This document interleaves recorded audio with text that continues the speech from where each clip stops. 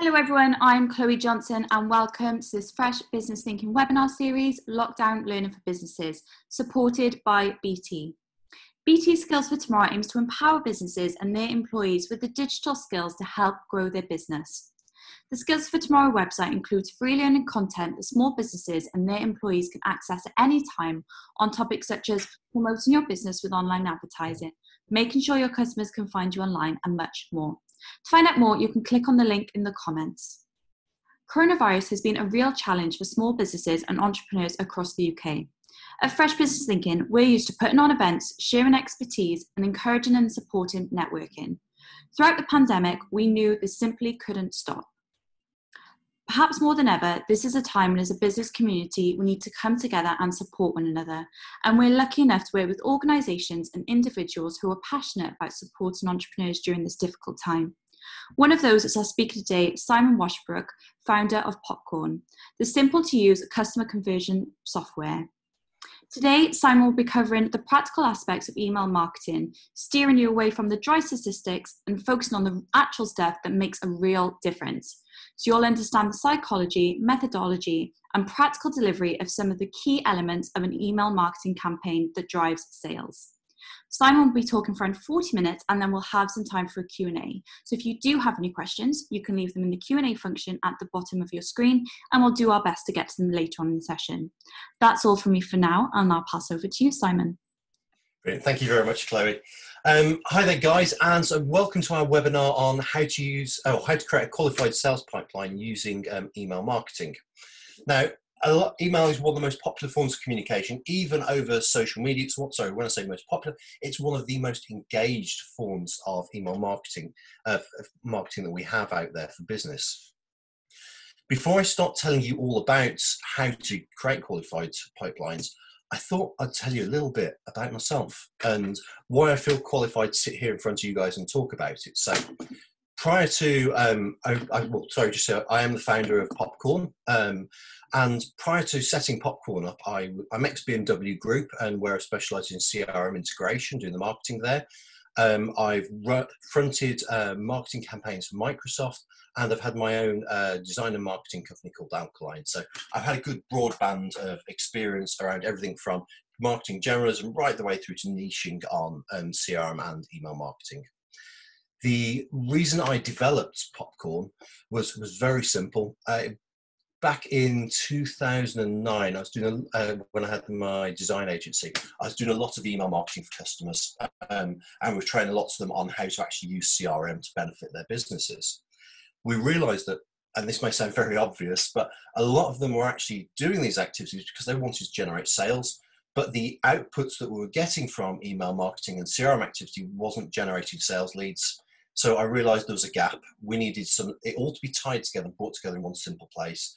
So that's kind of what Popcorn does, build a bit of software that you do the behaviours and it tells you who you need to speak to. So companies that use us, there's the GBA, which I'm sure you all know, who are very kindly hosting this meeting. So thank you very much, guys. We've had LV using us, the insurance company, and right the way down to small companies, such as companies like OptHR. So it's a broad range of customers. So I'm not going to talk about Popcorn too much, but this will give you a bit of context. So typical user for us and where they come, the journey of where they come to using us, they've been using something entry-level products like MailChimp, like Trello, Salesforce, spreadsheets to manage all their data in one place, but they don't want the complexity of things like HubSpot and Salesforce. And what we do is we give them all these tools, everything from email marketing, task management, sales pipeline, CRM, website tracking, and we bring it all together in one place to act as lead gen, and it all generates a return on investment 185 to 1. So that's enough about Popcorn. What you guys are here for is you want to learn some stuff. So if I get started off, qualifying sales prospects. Now, as I sort of said at the start, there's loads of bits of software out there that do that for you. But especially when people are talking about email marketing, the first thing they do is they'll go, right then, brilliant, I've got an amazing open rate, or my clicks, someone's clicked on it, I'm going to pick the phone up and call them. But that actually doesn't, those stats don't tell you anything. They're kind of vanity metrics. And when I say vanity metrics, they're good as a benchmark, So they say, yes, my open rate's going up constantly, which means I'm doing the right sort of things. My click rate's going up, which again tells me I'm doing the right things, or my unsubscribe rate's going up, I'm doing the wrong things. So they're good benchmarks to follow. What it doesn't tell you is it doesn't tell you if somebody wants to engage and what somebody wants to buy. What you need to see there is you need to see engagement. And when I say engagement, what a pattern of engagement looks like is not just I've clicked, it's perhaps I've opened an email and I've clicked on a link and gone onto your website. I've then had a look at all of, so I've just seen a message. So I've had a look at the website and had a general look at all the pages. Then after that, I've come back to your website 2 weeks later. I've had a look at a specific page on case studies talking about this specific issue. I've been on the pricing page. I keep coming back and looking at the site. I can tell from that this person's interested, and they're probably in the research phase of making the decision where 60% of the buying decision is made. So if you can identify that phase when somebody's in it, you stand a far, far greater chance of influencing somebody's buying decision. So hopefully that all makes sense. On the software front, there's lots of stuff I could talk about, but I just give 2 bits of advice. There's loads of bits of software out there, but when it comes to choosing the right software for yourselves, choose the software that's right for your business now. Don't try and plan for tomorrow, because you don't know where your business is going to be tomorrow. And if you choose the wrong software, you may not get to tomorrow. So pick the one that's right for you now. And on top of that, keep it simple. Don't try and overcomplicate all your processes and the activities you do, because if you do that, all that's going to happen, and it's proven statistic, I think 62% of CRM users give up using CRM because it's too complicated. Make it as simple as possible, and then you'll make sure you deliver, you'll start tracking the engagements, and you'll start qualifying prospects. So in a nutshell, there's a quick summary of the software and how to identify a sales prospect using all this sort of software. So what am I going to talk about in this course? We've got a free training course which all of you can access, and I think Chloe from GBA is going to, Fresh Business Thinking is going to share that with you shortly. But that's at popcorn.email/free training, and that will teach you all of the steps you need to do to drive more engagement with your email marketing. So the typical things it covers is this. We'll look at all these areas, right from a very brief summary of GDPR through to messaging, and right the way through to measuring success, supporting materials, and developing a plan and strategy. So it gives a good overview. But today we've only got 40 minutes. So I'm just going to try and quickly rattle through a few of those things for you to give you a good taster of how you can start doing those and some of the key things. So we're going to look at messaging, because if you can get your message right, then people will listen to you. And if they listen to you and they're interested, they're likely to engage. But if you get messaging wrong, even if they need you, they won't pay any attention. So messaging is vital to think about when it comes to any form of marketing. The next one we're going to look at is your email formats. And we'll talk you through what we class as the 4 different formats of emails that you can send out. All the designs generate 4 different, very specific responses. And I'll talk you through how you can use those with an example in there. The next thing I'm going to talk about is when to send these emails. So we've got this brilliant message. We've got some amazing looking emails with the right content in there. When do we send it? And I'll talk you through, hopefully shatter an illusion, because a lot of people think there are key times. I'm going to talk you through those and look at all the trends and teach you how to make your decision for yourself. And then the final bit we're going to go through is we're going to look at subject lines. Again, that's quite a simple section we can go through, but it'll teach you, again, a really good methodology for creating subject lines that actually generate opens, which then generates more behavior and engagement. So hopefully that's in there. As Chloe said, if you have any questions, please feel free to throw them up into the chat box. I know Chloe will get back, keep an eye on those, and she'll ask me some questions at the end. So messaging, as I said, absolutely vital for you guys. This is one of the areas you need to work on and get right. You will not get it right the first time, second time, even your 10th, 100th time, but keep progressing, keep working on it. So the way I try to think about messaging is looking at it from a customer's perspective. And this is me putting my marketing hat on here. When a customer makes a decision, they make a decision on 3 different levels.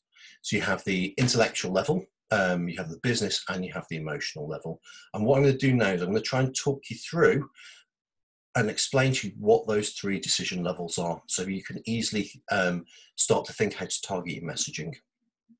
So, because I'm a bloke, I'm going to talk about cars. I want you to imagine, if I give you the scenario, I want you to imagine that you are a senior level manager in a corporate company. You've got your car lease, lease coming up for renewal, and it's about 3 months away. You've got, you know, your budget, you've got plenty of time, and you go out there, you go and have a look, don't you? So what the first action is going to be, we're going to choose the cars, we're going to choose from top end, right from your Bentleys, right the way down to the more economical cars, whether that's from an environmental factor or whether it's a cost point of view. You're going to look at all these ones you've thought, that might be nice. The next action you can do is you obviously go and check the website out, do that research. Remember, we talked about that 60% pre-sales contact research. You're going to be doing that, checking all those websites, ordering the brochures. The ones you're really interested in, you're probably going to book a test drive. And once you book those test drives, you'll get some quotes off people.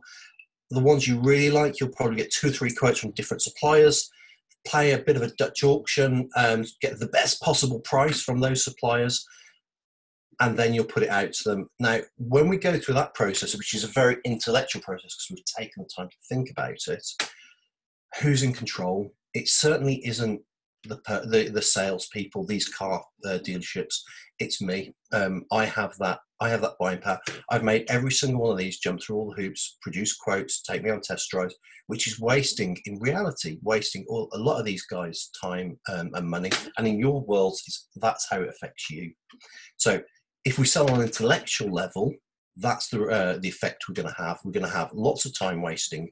We're going to generate lots of extra work for ourselves with not a great amount of outcome. So many people would you'd hear the phrase of features and benefits. That's very much clicking on the intellectual and business levels. You're giving people things they can compare, contrast, and go away and research on. So business level, exactly the same scenario. But what I want you to imagine this time is we've not got 3 months left. We're down to 2 months, and we've got quite a bit of work on our plate. And we actually also know that out of those 3 months, we know that some of these cars we want have got a 3 month, well, I've got a 2-3 month delivery time. So we've got to make a decision fairly quickly on it. We can't do this. So we're going to cut out the ones we don't actually want. Now we're down to 4 ones. In our heads, we also pretty much know which one we want at this stage, because remember, we've made that 60% decision making, but we can still go through exactly the same process. We're going to reach out to all of those dealerships. We're going to check their websites out. We're going to get test drives. We're going to order the brochures. We're going to get the quotes. We're going to do the Dutch auction, etc., etc. So we can get the best possible price.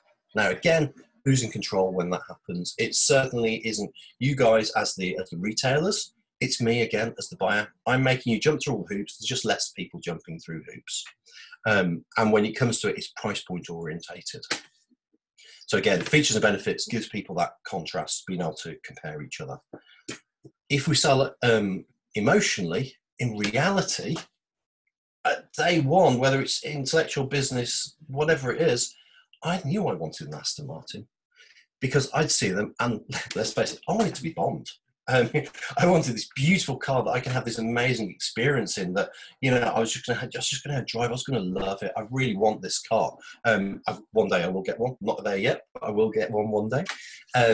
But at no point when I was in that emotional decision-making process did I go, I wonder what the CO2 footprint of this car is. Now, you'll probably tell I don't actually know much about cars when I'm talking about this and stuff, but there'll be no way of me being won't be going there and making the decisions on the nuts and the bolts, the features, the benefits, that sort of stuff. I'm buying the dream. I've walked into that dealership. I've been on that website checking it out, or whatever it is, and you can relate this to any subject. The decision was made in the very early stages. Now, what makes me, in Aston Martin's world, what makes me want to buy them? What makes their cars so appealing to me emotionally? It's simple. This is an example of how Aston sells their cars. And they don't, as you'll notice there, this is how you'll see Aston Martin wherever you go. whether it's in the car dealership, whether it's online, whether it's in movies, whatever it is, you'll see this stunning looking car. It'll be driving down, as you can see here, it's driving down a country lane. It looks like you're having to drive for your life going down this country lane, and you'll notice there's not another car in sight. It's perfect driving conditions. You can't really see the face of the person in there. You're kind of putting yourself in there. You can imagine yourself driving this car with the music on, chilling out. And in my world, there are no kids in the back. I've got peace and quiet. You know, it's my sort of temple of solitude almost in there. I'm enjoying it. And here's another question. Has your car ever been that clean in its entire life? Because mine certainly hasn't. You know, this car is pristine. This is what you dream of having in the car, okay? You never think, it's not the nuts and the bolts, the features and the benefits, okay? So that is the emotional sale around Aston Martin. That is the reality. Pretty much the same car, driving through a crowded street with cars all around, there's fumes. What's going through your head when you see this? It certainly isn't as clean, it certainly isn't polished. Am I going to get pranged? How much fuel am I using this car? If it gets pranged, how much is this going to cost me? All those sort of thoughts are going through my head, and they go, why didn't I go and have one of those more economical cars? Because you bring fears, you bring practicality into it. So the dream, which is that, takes the fears away. It just sells that idea to you. So hopefully that's kind of explained to you all how to sell something emotionally. So in your worlds, you don't want to you don't go too emotional. So if there's any undertakers in the room, don't go and show a picture of coffee. Oh, it's a beautiful coffee and you look great in this, because you don't want to scare somebody. What you want to do is you want to sell that idea of the dream. Just get somebody to buy it and somebody to think about it. And if they think about it, they'll engage with it. They'll want to find out more. And again, don't give everything away. Just give the dream. So hopefully that explains that. There's a way when you go onto the course, we've got this brilliant tool. It's really simple, but it's a great way of coming up with some messaging. I'll just quickly talk you through it now. So again, carrying on with the whole car leasing car side of things, if we look at the first column, which says service, we want to pick one, and you'll have this sheet and you can fill this out as many times as you like and keep working on this. But in the first column, you pick a service you offer. So in this world, it's car leasing, okay? Then we move to the next column. Next two columns, we've got benefits and we've got problems. Now, when you're thinking about these, think very much in your customer's language. So what do your customers say when they reach out to you, when they complain about stuff? Use their language, think about what they're saying, because if you start using that, you get emotional language. A customer doesn't talk on an intellectual level. They talk what it means to them. Think about when you've had complaints, when you've had people come back saying why they love you. Always emotional about the difference it's made. So talk those and write them down there in those. Sometimes you can think of a problem, and when you think of that, flip it over and find the reverse event, put that into the benefits. Again, using a similar language, and just go down and just keep filling these pages out. Sometimes you might think of one, sometimes you might think of 100, but by getting these down on this page, it's a really, really good way of starting to build a really good niched message, because you'll start to see patterns appearing and language that people are using. You might notice they use a specific word when they're talking about your subject. And that's when you want to make sure those words get over into your message. So that's how to identify the benefit and the problem. The next step is the message. Now, the message is a combination of the two. So you bring the emotional language in and fix the problem, address the problem that they're saying. So to give you an example here, if we go down the first one, we've got car leasing. At the very bottom, we've got a benefit is low monthly payments. The problem is that the person can't afford this luxury car, but they want to give this image of success, let's say. So a message combining those two together could be quite simple. And your message should really be simple. Lease a stunning Aston Martin from as little as X pounds per month. So you're getting the emotional word in there, the stunning, you're bringing this picture up, this dream idea. But we're saying, we're putting a price point in there because we're telling them it's achievable. We've got the dream plus a bit of reality to make somebody go, I need to find out more about this. You've qualified people in or out, so that's good for you. So you get the right people coming across. Then on the subject line, you've got Aston Martin from X pounds per month. Now, your subject line, and I'll talk a bit more about this later, should always be very sweet. For those of you that know it, the good phrase which I always use is use the old Ron Seal method of marketing, and that would be, says what it does on the tin. Don't be clever, keep it simple. So again, this is one sheet. If you go onto the course, you can download a blank one of these templates for yourselves.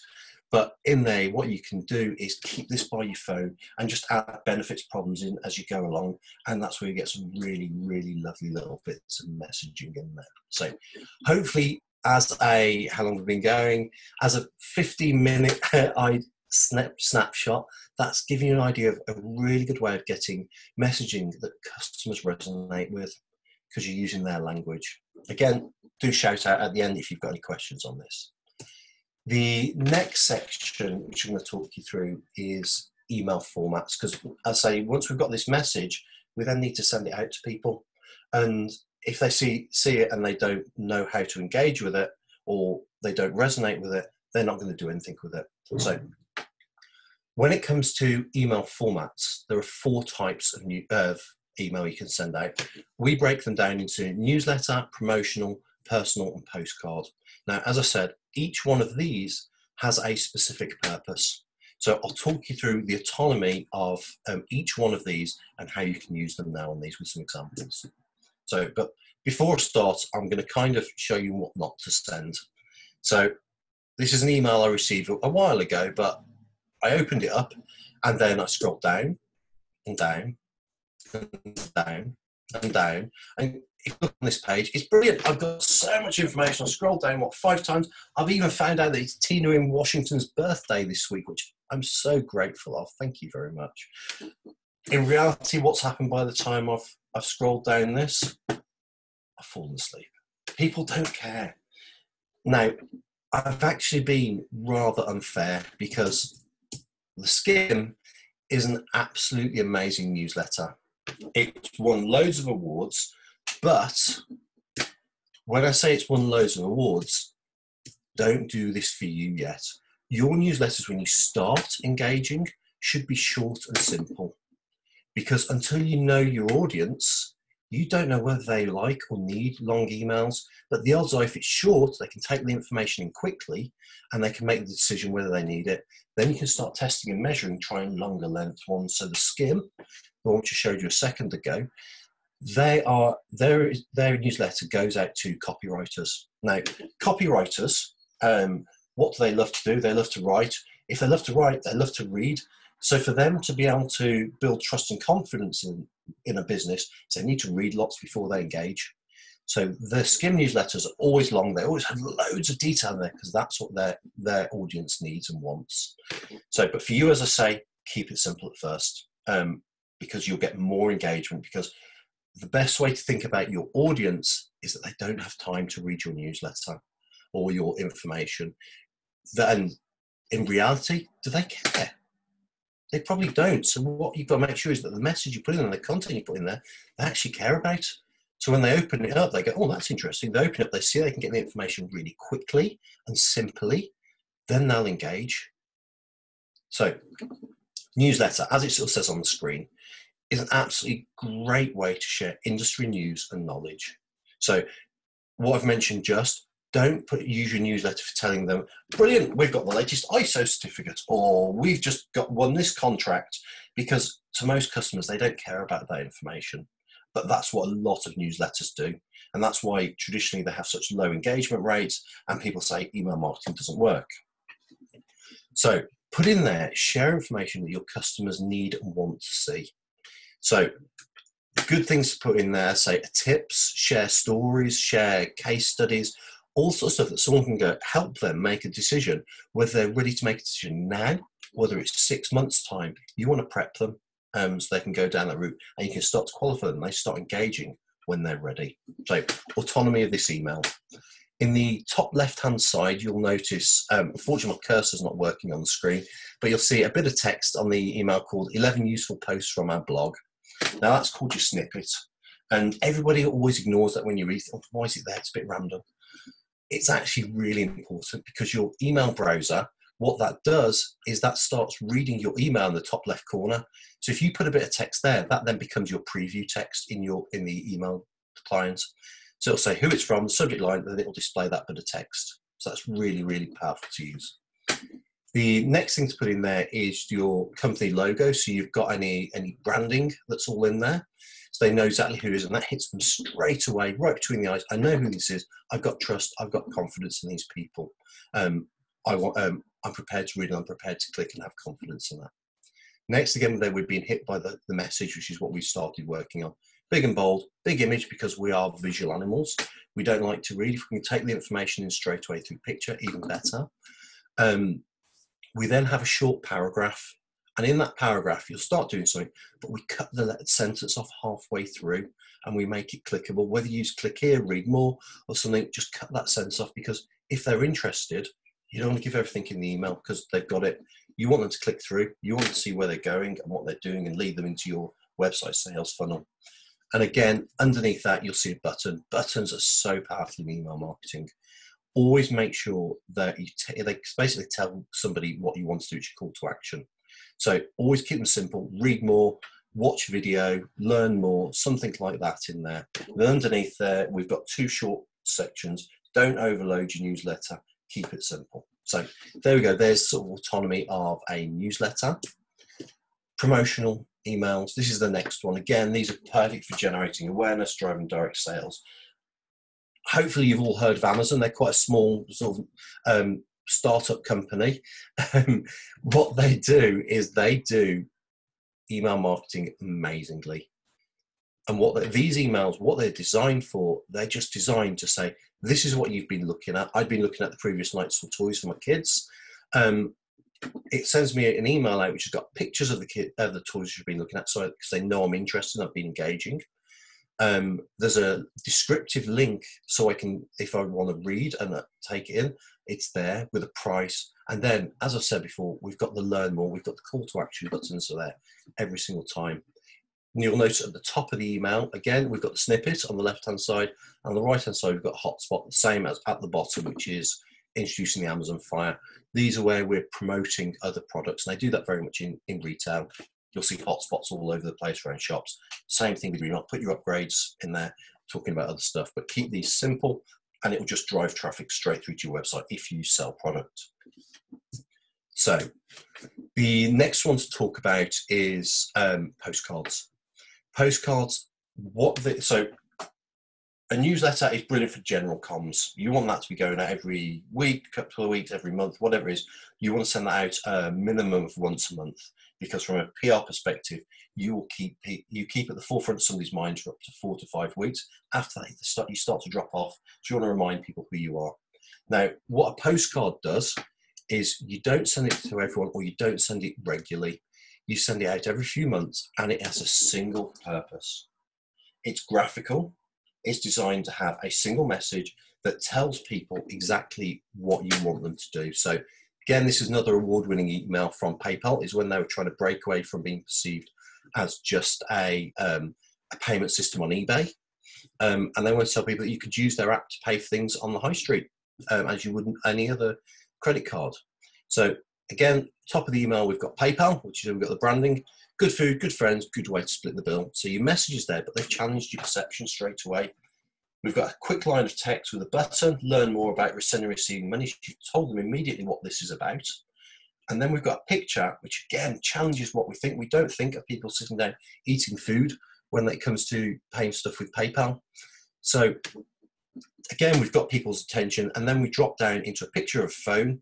So you highlighted the fact that it is a mobile device, app with 3 steps. Now, steps are really, really important for you. If you put steps in there, people know how far they've got to go and what they've got to learn. So those 3 steps will say, you'll turn around to you and they'll say, all right, once I'm nearly completed on doing this. If you think about anything in your world, whether it's people, 10 steps to success in business, weight loss steps, whatever it is, you'll notice that people do those steps because they love it. And again, at the bottom, learn about sending and receiving money. Again, we've challenged it with reverse the buttons out, so they're trying to get people to engage on different levels. So there's the autonomy of a postcard. Don't use them too often, but use them to strike interest.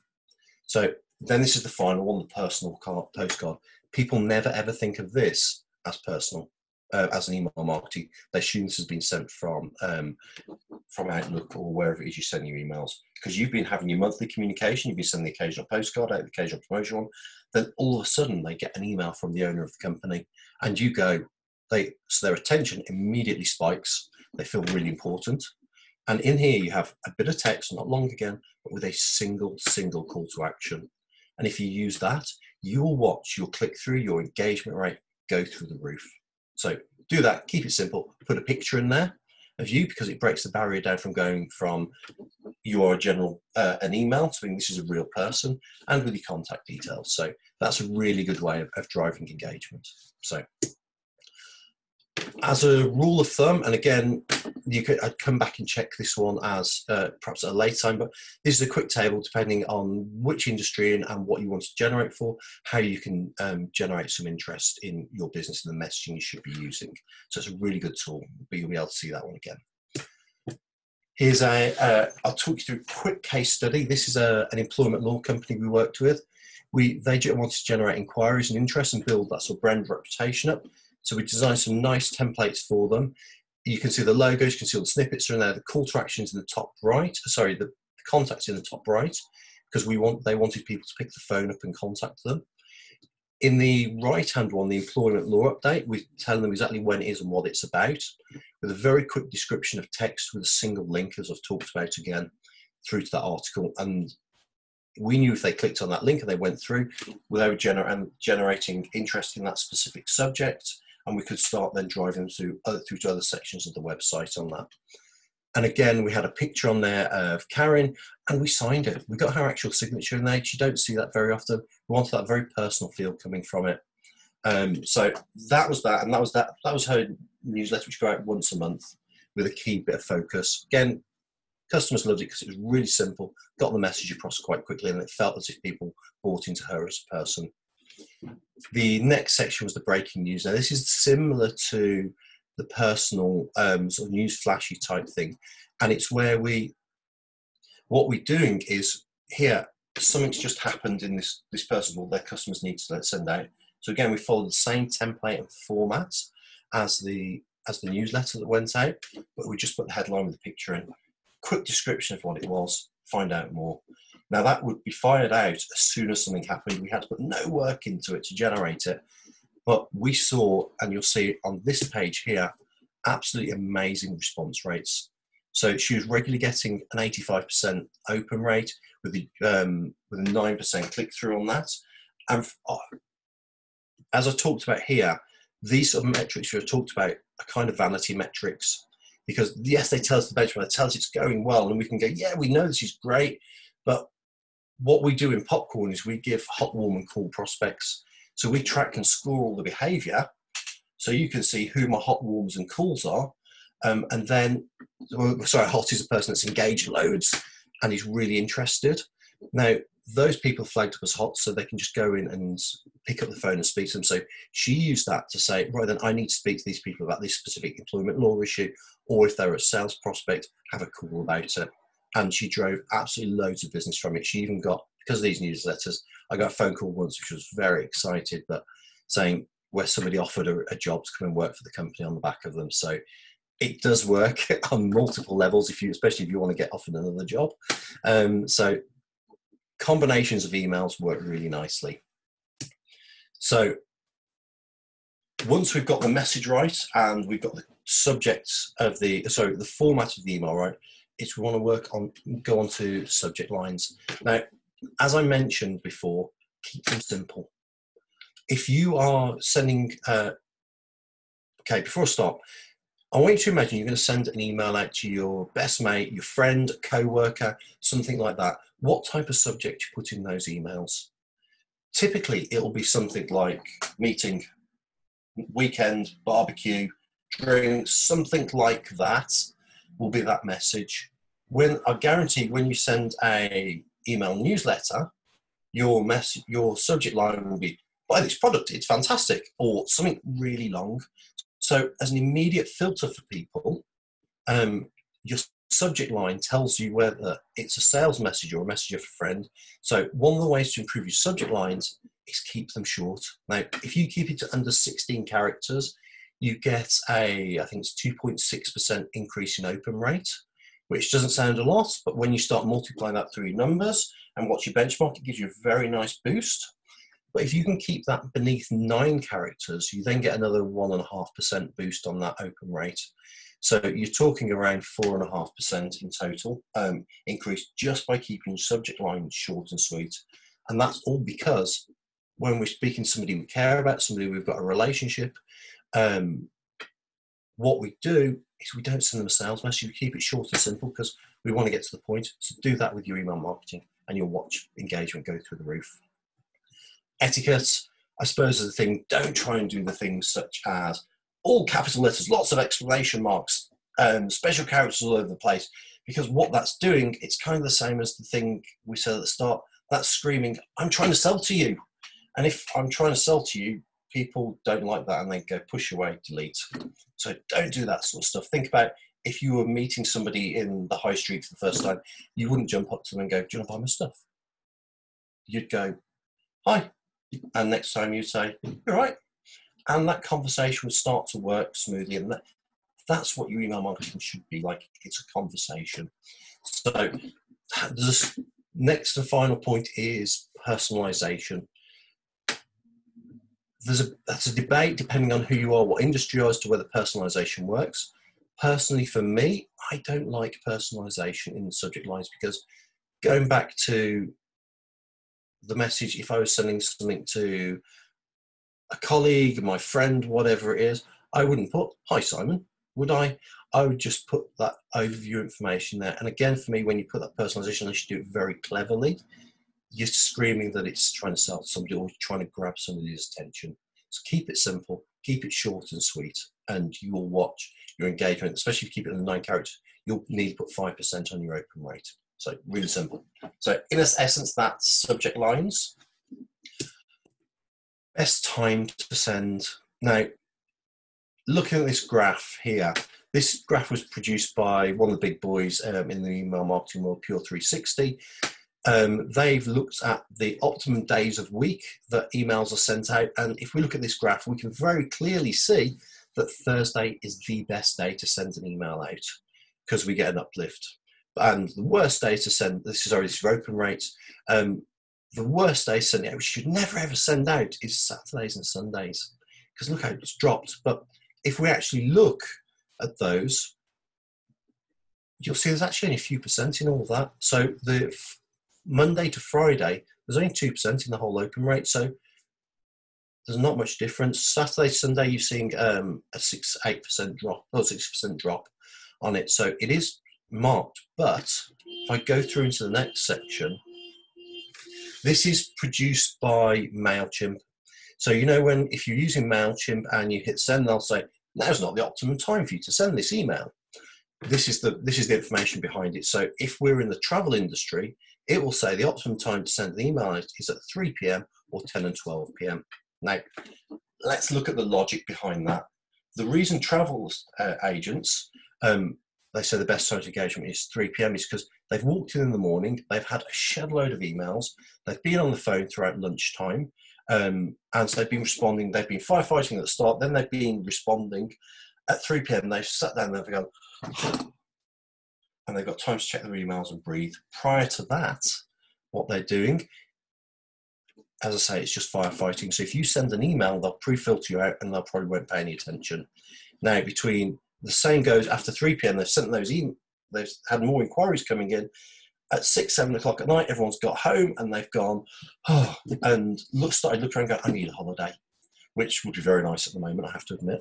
So they're responding to all those emails. At 10, 11 o'clock, that's when they get to go, and pay attention and have proactive time.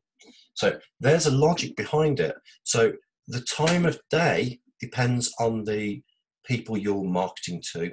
So try and think about your audience. Now, if we step back onto this table here, I said, so look at this graph, the best time to send it is on Thursday. And And if we look at the times, potentially the best time for a travel agent would be on Thursday, 10 to 11 o'clock.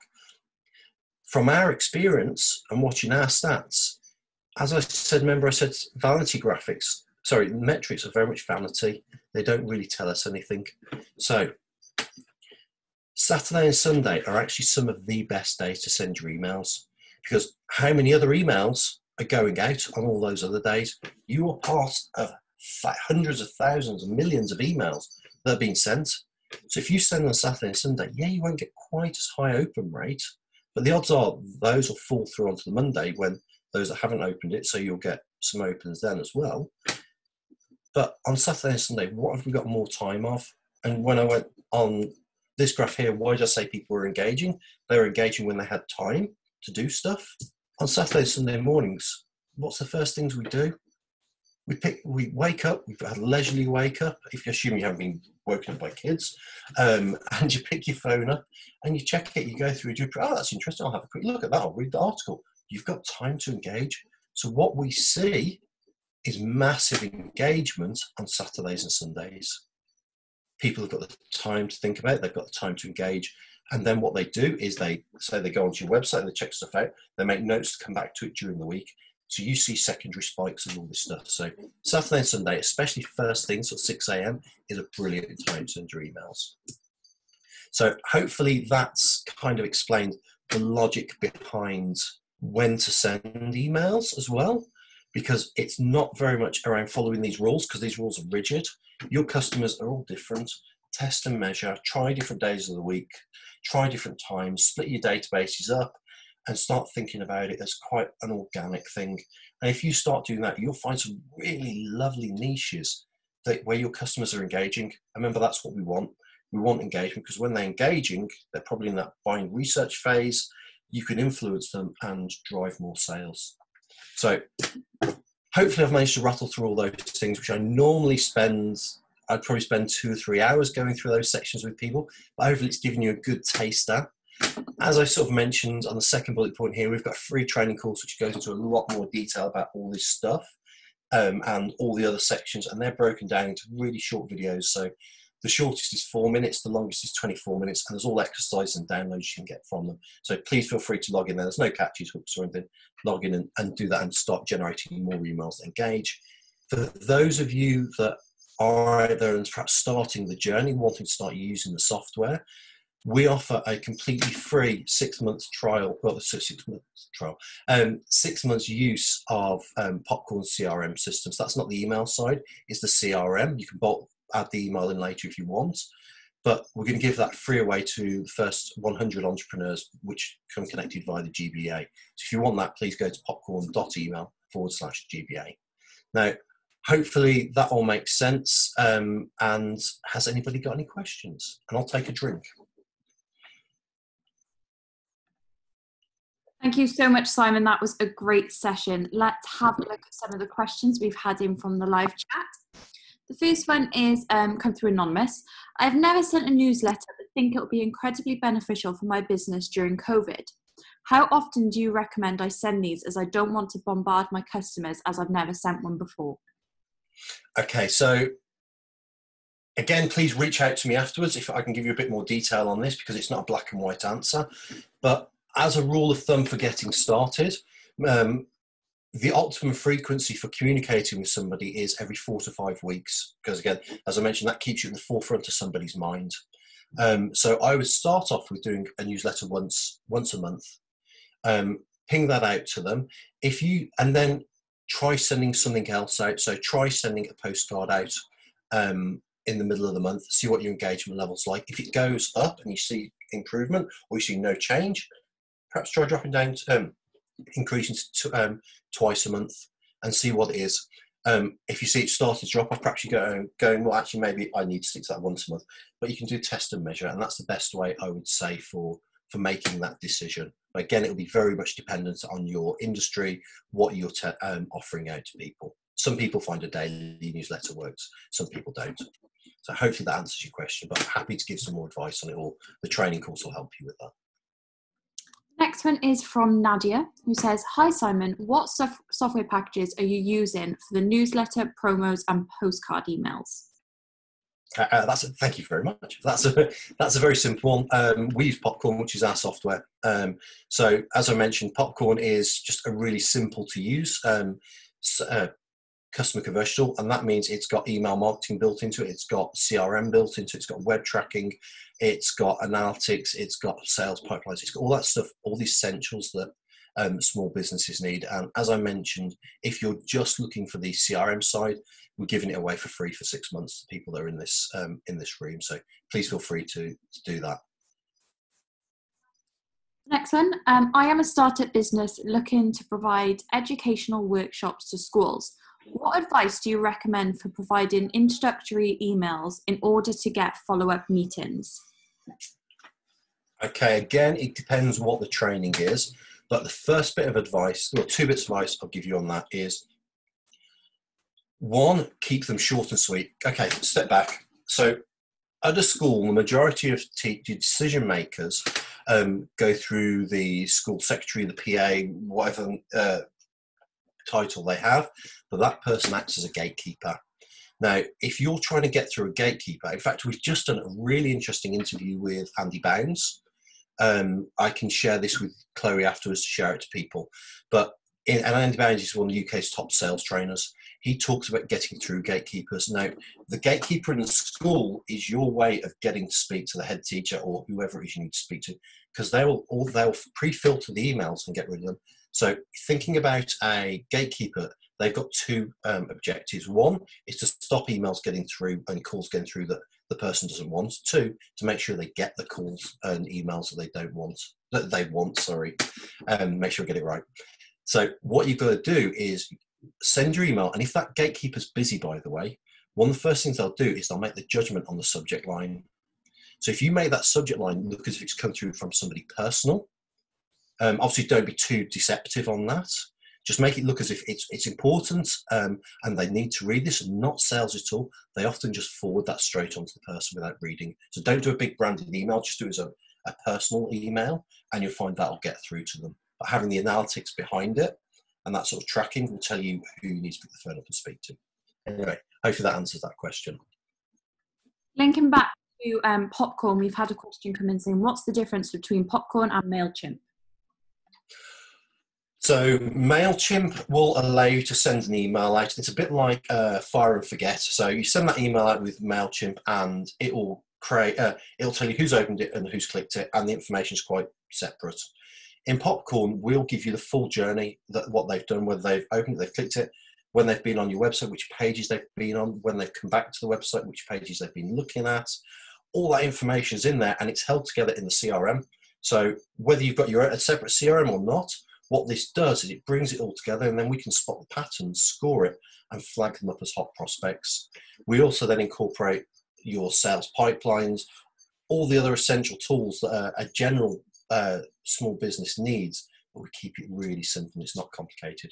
We're also backed up with great support, so you can speak to us if you need to. Next one, should I think about sharing videos in my newsletters and other marketing collateral? Do people tend to interact with them? Oh, that's a very good one. So videos, yes. Videos is a massive way of getting engagement. YouTube's classed as the 2nd most powerful search engine on the net at the moment. But when it comes to emails, you never want to put your video actually in the email. So take a screenshot of your video with a play button on and everything. Make sure your video is on your blog page, blog or somewhere in your website, not on YouTube. So if you go onto YouTube, you can't track them, you can't see what's happening. So put them on a blog page or somewhere, screenshot it, and then put the screenshot in your email, which links through to that page. Now, the reason you do that and you don't put the video into the actual email is you're not in control of the environment somebody's opening that email up. They might be in a quiet office or somewhere they don't want someone to know they're actually watching this video. And if when they click on it and their volume's turned up, it blares into life, you're going to have the embarrassment factor. They're never going to open one of your emails or click on one of your links again because you're going to scare them. So by sending them through to the website, you're then in control. You're in control of the way it's displayed, the sizing, all that sort of stuff, and they know they're clicking to play. So what you find is we then get better engagement because they've then gone through to the sales funnel. You can see all the related stuff. it's much, much better, and you avoid that emotional reaction, which is what we talked about. We want in some areas. This is where we definitely don't want it. So yeah, put them in there. It's a very short answer. Put them in there, but don't put the actual video in there. Next question, how would you go about sending an email about funding that is available to your customers? Again, how long is a piece of string? It depends. What have you been communicating with them beforehand? Are these people expecting funding? So are you looking to raise funding off these people? Assuming that's what you mean, what I would do is I'd want to pre-qualify these customers first, because remember the analogy I talked about walking down the high street. If you suddenly jump into the walk down the high street and say, give us some cash, what's somebody's response going to be to you? Go away. Or in the world of email, delete or unsubscribe, which is what you don't want. So if you start off and go down the educational route of saying, guys, we're doing this brilliant thing, tell them a bit about it, and then perhaps send general comms out about what you're doing and what the benefits are of this, selling emotionally, and then you send a postcard out going, guys, there's an opportunity for you to invest in this, or talk about it in those senses. So perhaps not the best example, but the point of where I'm going with this is, don't hit them with a sales pitch, give me money now. Build trust and confidence at first, and then send additional messaging out from that. Next question is from Hannah. Where should I spend most time in my email? Is there a most important aspect to focus on? There's lots of important aspects. So the first thing I tend to say to people is always start with little steps, which is where I think you're going from with this, is if you try and get everything done and try and achieve and get everything perfect, you'll never ever send an email, because you'll be too worried about making sure your data's correct, making sure your formats are correct. So first thing I would say is start with your data. Your data is the heart of everything. So get your contacts, get it put in CRM, get it in good shape, start tagging people so you can say, I know these people are health and well-being people, I know these people are past customers, whatever it is. And it can be really simple, just as simple as I want these people want to receive information from me, these people are customers. And then just start off by sending a simple newsletter, which has got a message that's relevant to them, and then move on from that. And what you'll find is that by targeting, you'll see a massive uplift in the engagement levels. So that's where I'd say start off on your data, get it quite simple, and then build on it as time goes on. We've had a few requests for you to do an overview of the different types of emails and a recap of their functions. Is that something you'd be able to do towards the end of the session? Yeah, not a problem. Do you want me to jump into that now? Yeah, that'd be great. Okay, so you've got four, I'll see if I can skim back for you. So you've got four types. You've got the newsletter. Newsletter is brilliant for sharing general information, but make sure that information that you're sharing is relevant to the customer. It's not a sales pitch. It's, guys, let me give something to you. Because if you're giving to them, they'll want to take. Whereas if you try and tell them something that they don't want to know, they'll switch off. So that's it as an overview for the newsletter. Make sure that they're short, succinct, have strong calls to action which go through to your website, because that's where they'll then enter into the sales funnel. But don't look at this as a sales tool. It's very much information sharing. Promotional emails, they're brilliant for product companies. Not so good perhaps for service and the likes of that, but this is great for highlighting key products. So if you know somebody, you've tagged somebody who's been interested in this case, toy food, tag them as that, send an email out about it with related information, because they might not be actually interested in that specific pizza, but they perhaps might want a wooden pizza instead. That was a decision process I went through at that time. And that email really engaged because it had choice for me. But it's about giving people that choice where they can quickly click and go through. Think about it as that's a very disposable email. People click, go through, and that's its general purpose. Postcards are a brilliant way of sending a targeted message out to your audience. So when you're doing these, make sure they're targeted. They go out to specific niches inside your data. So perhaps you've gone in and identified people have been looking at in the PayPal one, how do I pay for pay for stuff not on eBay, maybe you'd send this out to them, or if someone's been looking at a specific case study, you'd send, here's a promotion all about this certain another case study that's related to or solution to it. But keep them very simple and very graphical, and people engage. I think, as I think about them like a postcard you're sending from on holiday. And the final one is the personal email. So this is where you make it look as if it's come from your Outlook, and that way people care. They really, what they want is they think, oh, I bet this person really think I matter to this person. And it has a very, very simple and single call to action in it. So that way people look at it and they go, I know what I've got to do. And because I'm being asked by somebody, people love it when they're asked. They'll do it. So that's where you see the spike. So as an overview, send you, if I was to generalize, start off by sending a monthly newsletter out. Then identify when people are engaging, looking at certain things, send postcards and personal emails out, and the same with promotionals, but don't overuse them, especially the personal email, because people start to see through it after a while. Hopefully that helps. Thank you, Simon. We've had a question come in from Monty saying, thank you for a great presentation. Is it worth sending a questionnaire type of feedback to my clients as to see why they're not interested in my business and services? So first thing I would say to that is surveying your customers is, yes, it's very important to do, but especially in the scenario you're talking about when someone's not interested in you, are the people not interested in you going to take the time to fill something out and respond to that? They aren't.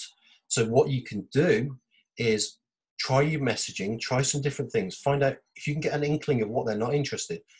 Put some start off by sending an email out which addresses one of these concerns, and watch for and this is where your benchmark stats come in. If you see an open rate increase when you send a certain topic out, you'll know that you've got more interest. And again, you can send another topic out, and if you see that drop off, you know people aren't interested in that. So you can get some ideas from customers what they are interested in, what they aren't interested from you. To use that to give you the intelligence, because then they aren't having to physically tell you something. You're getting the information, the intelligence, without them taking the effort to engage. You'll get a far better response rate from that. And we'll end on this question from Caroline. She's wary about contacting new customers within her industry as she doesn't want to get in trouble with GDPR. What advice would you give for contacting specific people instead of generic emails? Oh, this is a good one. So I'm going to caveat this straight away with saying I'm not a lawyer, I'm not a GDPR expert. Please refer to the ICO website. It's a very good website. They've got some brilliant tools in that, and I'll give you some really good indications about what you can and can't do. But as a rule of thumb, what I would probably say to you is, if you've spoken to them before and they've engaged with you and they've perhaps asked for a quote, or they've said they're interested, they're opted into your database, then you can send something out to those guys there. But it sounds like that's not the position you're in. So what I would do then is I would pick the phone. Again, it depends on numbers. Perhaps you can pick the phone up and speak to these guys, get them opted in, or if you bump into the network, you can take a verbal, yes, I'd be happy to hear from you, as an opt-in to a degree. Or you could go use other tools. And I'm always a big advocate of marketing. Always has several strings to its bow. Email is a very, very powerful one of those strings. But use something like LinkedIn. Reach out to those people on LinkedIn and give them a reason for them to engage with you. So send them, connect with them on LinkedIn, because that's a great way of doing it. You can also then start asking, send them a message saying, do you want to find out more? At which point, move them over into the email marketing side of things and do the tracking then, because that's when they'll show more interest, because they don't know you. But if it's completely cold, the odds are you won't get too much of a great engagement rate. Hopefully that answers that question. But as I say, please refer to the ICO on it, so I'm not an expert. Simon, thank you so much for taking the time to join us on this webinar today. I'm sure our audience will agree that was a great session. Do you have any final words before we sign off? I'm going to reiterate a couple of points. One, please feel free to take advantage of the free training course and the free 6 months free worth of CRM. But the biggest step I'll say to you, whether it's CRM, whether it's email marketing, is just do it. because a typical business that doesn't use CRM loses £72,000. It's an SME, loses £72,000 every year. But keeping the little steps, if you start by doing something simple and start those little steps, you'll find people engaging with you more, and you'll find that you start winning more sales. But if you try and do everything at once, you'll never achieve anything. So little baby steps and you'll achieve. Big steps you won't. Hopefully that helps. Thank you, Simon. I have included Simon's LinkedIn profile and the Popcorn LinkedIn as well, along with the links for you to claim your free 6-month CRM and Popcorn training as well. They're all in the comments. You can click directly on the URLs and go straight to the pages. Our next webinar in the Lockdown Learning for Business series takes place on Tuesday, the 30th of June, with Susan Dibble, as she discusses how you can easily implement GDPR compliance so that it helps rather than hinders your marketing. If there is anything you'd like to catch up on from today's session, we'll be sent out a replay of the webinar coming at 5 o'clock today. You can find the replay and future webinars at www.freshbusinessthinking.haysummit.com or by clicking on the link in the comments. Thank you very much for joining us today, and thank you again, Simon. Thank you very much. Goodbye, everybody.